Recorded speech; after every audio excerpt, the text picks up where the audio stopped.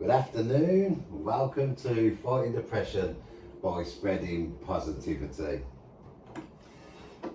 Love is in brackets in this instance because when we're spreading positivity, we're actually spreading love. But we can't go down to Jeremy down the barber shop and say, "Oh mate, I love you so much. You've been my friend for so long. We've been through so much together." So instead, you have to give Jeremy a little bit of positivity. But yeah, the main focus is actually fighting depression by spreading that. If you would please, could you write down what you would say when you got on a bus to the bus driver, and then write down what you would normally say when you get off. Don't think about it. There's no need to embellish it. You just do what you feel you should do.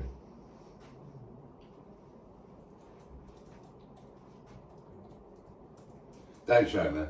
I don't need to see it yet. You may keep that to yourselves. Got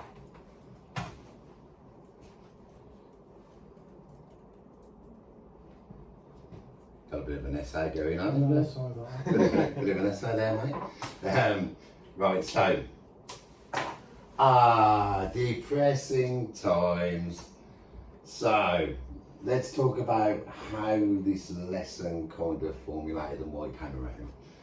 I was depressed for actually a very long time. You know, every day was just a struggle to get up and get out of bed. You know, I had no motivation for anything, and I could have literally slept all day, every day. The whole period is like a big black mark in my life. It is, you know.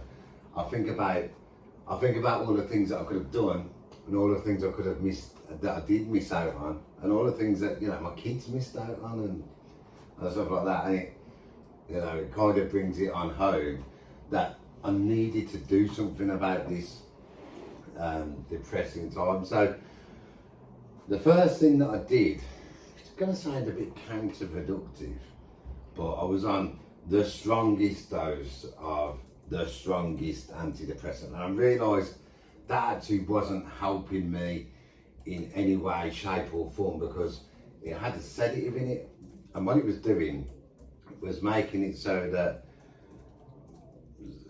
I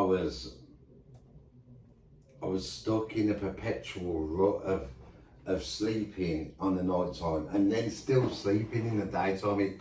And there was no period then when I was awake and myself and being who I feel like I was meant to be. Then when I came off the pills, obviously highest dose, strongest antidepressant, all of a sudden a massive crutch was gone. And even though I wasn't wanting to sleep all day and whatnot, I still lost that antidepressant element that they obviously gave me, which is why I was on them in the first place. I entered a bit of a bad patch now when I came off them. And I think it probably took me like, you know, a month or so to come to the realisation that this could not happen anymore. This was not the way that life was meant to go, and not the way I was meant to be.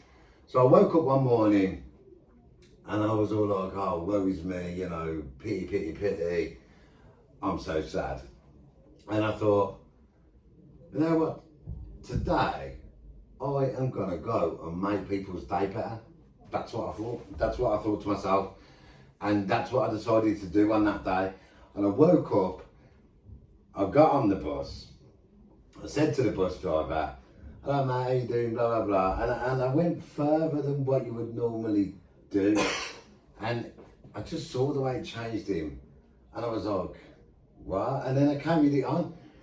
And then just as like a bit of a steamroller effect, I just ended up waking up every day going, how can I make people's day better? because it takes the focus off you. It takes the focus off your sadness by making other people feel good. And obviously, making other people feel good feels good, and that's it. So, we're spreading positivity, which we've already spoken about, is basically spreading love. What is love? What is love? Let me tell you now, we still do not know the answer to this question. This is an ancient, age-old question that has been asked throughout the ages. I imagine like cavemen were like, what is love? And then, you know, when they got to like Victorian times, what is love? And now they're like, what is love? We can see to the other side of the galaxy, right? We have put men on the moon. We've counted hundreds of thousands of stars. We know, like, to the second when an eclipse is going to happen. Yet, science can still not explain this feeling that is held within our very bodies. It's a chemical reaction, and that's what, you know, they put it down to. But why we love, how we love, and who we love still remains somewhat aloof. But there is a reason, a very good reason, why love cannot be explained by science, despite our many advances. Because love was never meant to be explained. Some things are just bigger. Some things are bigger than our mind. Some things are too big for us to compute. We might be able to compute mysteries of the universe, but you see this here? This is what makes life worth living. This is the essence of, it's the essence of all happiness. It's what brings us joy day in, day out. And love is an unselfish emotion. It was never meant to be hoarded. It was never given to us so that we could keep it within ourselves. It is not a solo emotion. It was always meant to be shared.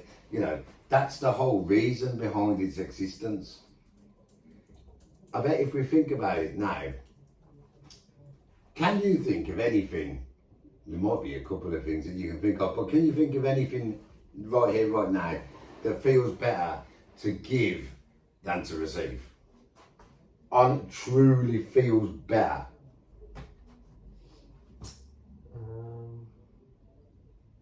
Money for me, I would, yeah, giving like my nephews or my nieces money, not for their birthdays or anything like that, but like a little token of appreciation because I love them. Okay, but is that you giving love? In a way. Not you. That's not you giving away money because you want to give away money. That's you giving away money because you love. You just said it. Yeah, you love your nieces and nephews. So what you're doing is giving away a commodity that you could use in other ways for yourself. But because love is an unselfish emotion, you're giving it away to your nieces and nephews. Money doesn't mean anything. I'd rather them have it than them. Exactly. So love is an unselfish emotion. It's meant to be given. Why don't we spread it?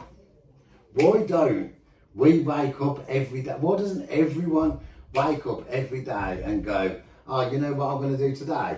I'm going to go and spread some love. You know what I'm going to go and do today? I'm going to do this, I'm going to do that. Why don't we make each other's lives better? I shall tell you, that was a rhetorical question. I will tell you, it's because we've flooded this world with hate and neglect. Not neglect. We've flooded, well, I suppose a bit of neglect, but we've flooded it with hate and negativity. That's what's happened. And now it feels so unnatural to us and so shameful to us to show common courtesy and happiness to the man in the street that saying anything more than good morning to someone feels unnatural. It feels like we don't do this because it's no longer part of our programming. But love is in a perpetual war with hate. Don't think that it's not. Love remains you know, still, and hate comes and tries to take little bites out of it, but what hate and its creators do not know is that love can never be diminished and never be, it can never be, you know, diminished or consumed by hate. It's just not possible. So, what can we do? Wow, let me tell you what we can do. What we can do, what we're gonna do, what we're gonna look at here is your average everyday, you know, man in the street and what we do with our interactions. What did you write down for your bus drivers? So I'd say, good morning, can I have a day saver, please? Okay. I'd forget the good morning. I'd just go day saver, please. Just put the money in. Jobs are good. Okay, good examples. I'm loving life. I'm loving that. But what about this guy? He hears this thousands of times a day. You know how you can make his day better? By saying, hello, can I have a day saver, please? How are you, mate? Are you okay? Spreading, you know, all you have to do is care. That's all we need to do. All you need to do is care and truly, sincerely care, because you do hope this guy's having a good day. There's not one part of you that hopes this dude's having a rubbish day. You don't think, oh mate, I hope your day is dire. You think, mate, I hope you have a good day, you're doing a hard job. But think of how many people this guy sees. He sees hundreds and hundreds of people a day. So, you do this. You brighten up his day. This guy then sees hundreds of people and he's happy to them. And he brightens up their day. You know, it's a snowball effect. All you need to do is nudge it up the top of the hill and it will roll. And, you know, there's things that I know this works because I was with a guy not long ago and he told me that the positivity had affected him and he felt really good. And I watched his interaction with people that was completely different from the interactions that I'd seen him have before. He was happier, and he did this to 10, 12, 13 people, I can't remember how many. But if he made their day, then they'd go and make another 10, 12, 13 people's day. You know, by the end of the day, you could have helped hundreds, maybe thousands of people by helping 10. Right, so, knowing now what we know, guys, could we please write down what you'd like to say to a bus driver if you woke up, when you got on there now?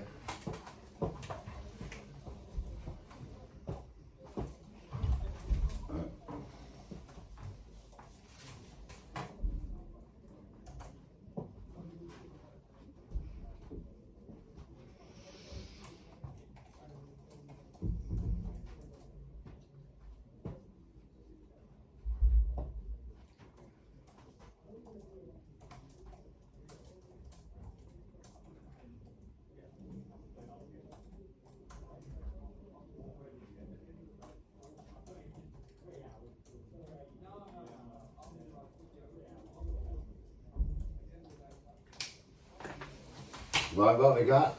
So I'll put, good morning, how are you today? Can I have a day saver, please? And I'll say, thank you, have a great day. Yeah, have a great day. That sounds good. That sounds, Ryan, that is a great example. Come on, Liam, throw it at me. Got exactly the same as it. Oh, well, in that case. Good morning, mate. How are you? Could I have a day saver, please? Thank you. Have a great day. In that case, very, very well done to you as well. Guys, thank you for listening. Are there any quick questions that you have? Do you have any questions about anything, mindset or anything like that? You know, you don't need to ask. I'm just throwing it out there. Is that so? That's the only way, just being happy and around people and giving them like making them happy. Is that the way you would spread it in everyday life? That's the way I spread it in everyday life. Yeah, you know what? I push through.